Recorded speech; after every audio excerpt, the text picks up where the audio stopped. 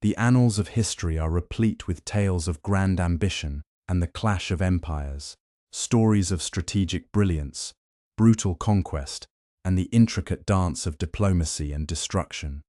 But sometimes, amidst these monumental sagas, there are chapters woven not with heroism or cunning, but with an almost farcical tragedy, moments so profoundly absurd, they stand as a stark, bewildering testament to the chaotic folly of war. This is one such story, not of a battle lost to a superior foe, nor a fortress overcome by siegecraft, but of an army, vast and formidable, that somehow managed to orchestrate its own spectacular, self-inflicted defeat. We speak of the Battle of Karansebes, if one can even call it a battle, an event so bizarre, it remains one of history's most embarrassing and baffling military blunders. The year was 1788. Europe was a powder keg, and the sprawling Habsburg monarchy, a multi-ethnic mosaic of Germans, Hungarians, Serbs, Croats, and Romanians, found itself locked in another brutal war with its ancient adversary, the Ottoman Empire.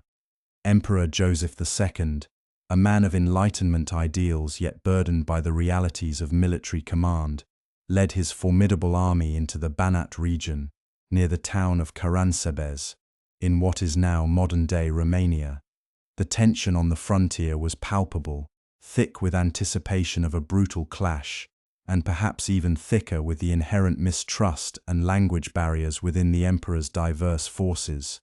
As the Habsburg vanguard, composed primarily of light cavalry, the famous hussars, and other skirmishing units, crossed the Timish River, their mission was reconnaissance, to locate the elusive Ottoman forces.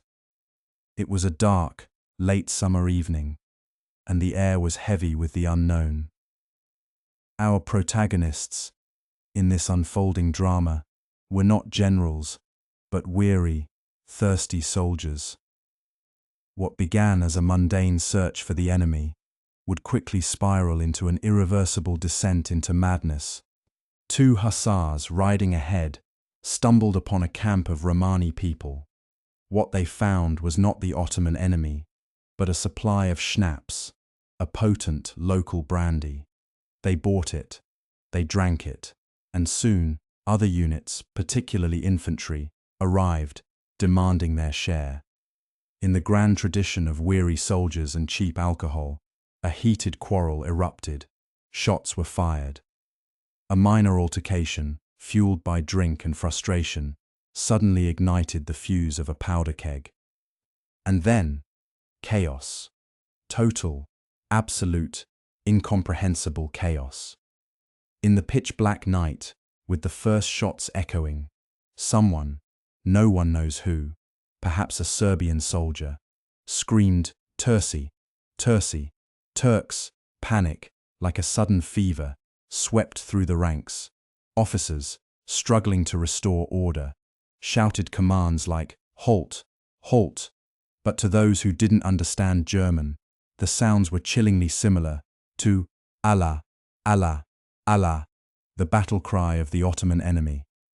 Every shadow became an Ottoman soldier, every rustle of leaves, a cavalry charge. Artillery, mistakenly ordered to fire, unleashed shells into its own lines.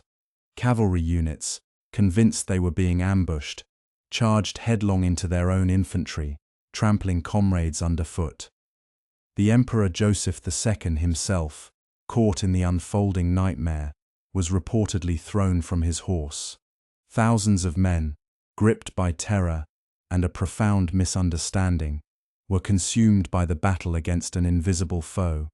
They slaughtered each other, in the dark, driven by rumor and fear, in what can only be described as a grotesque, self-cannibalizing frenzy. It was a macabre ballet of friendly fire, a symphony of screams, musket shots, and cannon fire, all orchestrated by panic and miscommunication. The chilling aftermath revealed the true extent of this unprecedented tragedy. 2 days later, when the actual Ottoman army finally arrived at Karansebes, they found not a prepared, formidable foe, but a scene of utter devastation, thousands of dead and wounded Habsburg soldiers, scattered and abandoned, victims not of Ottoman steel, but of their own profound and catastrophic internal collapse. The Ottomans captured Karansebes with ease, finding an army that had quite literally defeated itself.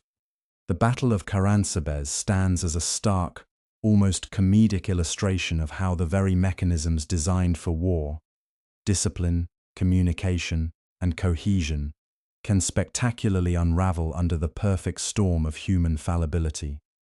Modern historians point to a confluence of factors: the profound language barriers within the multi-ethnic Habsburg army, the lack of centralized command in the darkness, the potent schnapps, and above all, the terrifying, infectious power of mass hysteria, the fog of war, taken to its most literal and tragic extreme. It is a profound, albeit darkly humorous, reminder that the greatest enemy in conflict is not always external.